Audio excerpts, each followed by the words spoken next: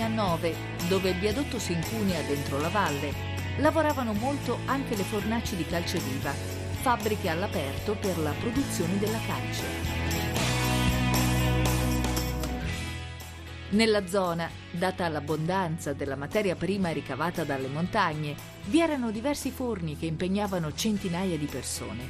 Sempre attività commerciale, più si aveva le cave, le fornaci, le centrali.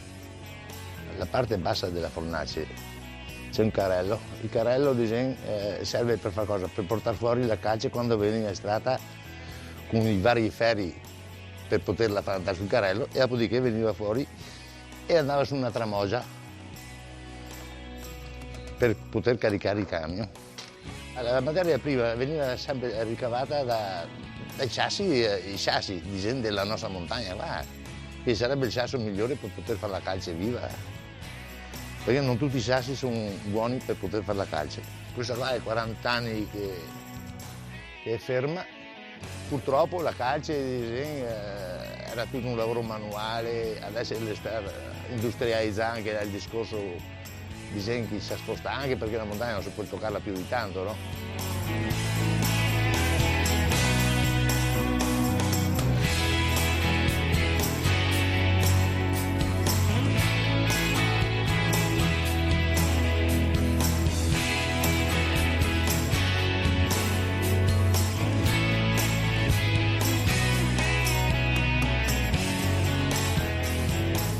Un altro tempo è stato quello che ricorda come la vita della valle sia stata caratterizzata dalla presenza di famiglie, persone e da gente che andava e veniva.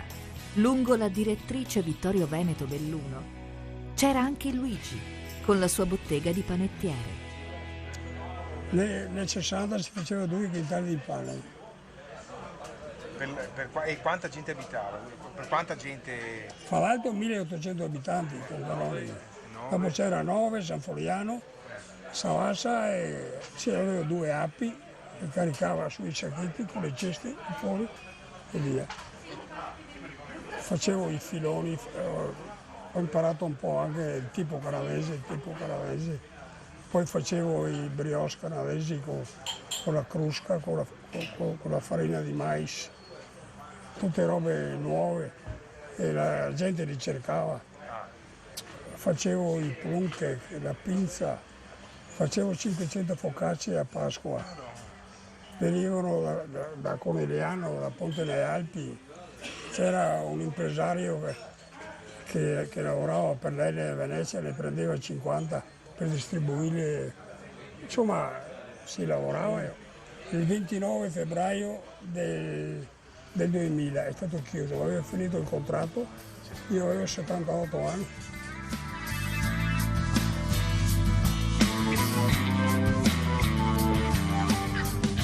A 9, in una chiesetta sconsacrata dedicata a San Giovanni Bosco, sono custoditi dal 1990 pietre, fossili di un'era che è la radiografia non scritta di Valla Pisina.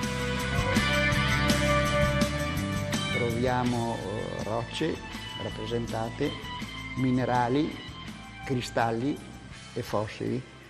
Possiamo distinguerlo in 2 parti. Una parte riguarda la geologia locale e una parte riguarda invece ritrovamenti che provengono un po' da tutto il mondo, e li abbiamo disposti non come un vocabolario in ordine alfabetico, ma secondo una logica, in modo che chi lo visita possa leggere la storia della Terra attraverso questi reperti, possa vedere i fenomeni principali che riguardano l'evoluzione del nostro pianeta e i fatti che sono avvenuti nel nostro pianeta, sia in zona sia più in generale nel mondo.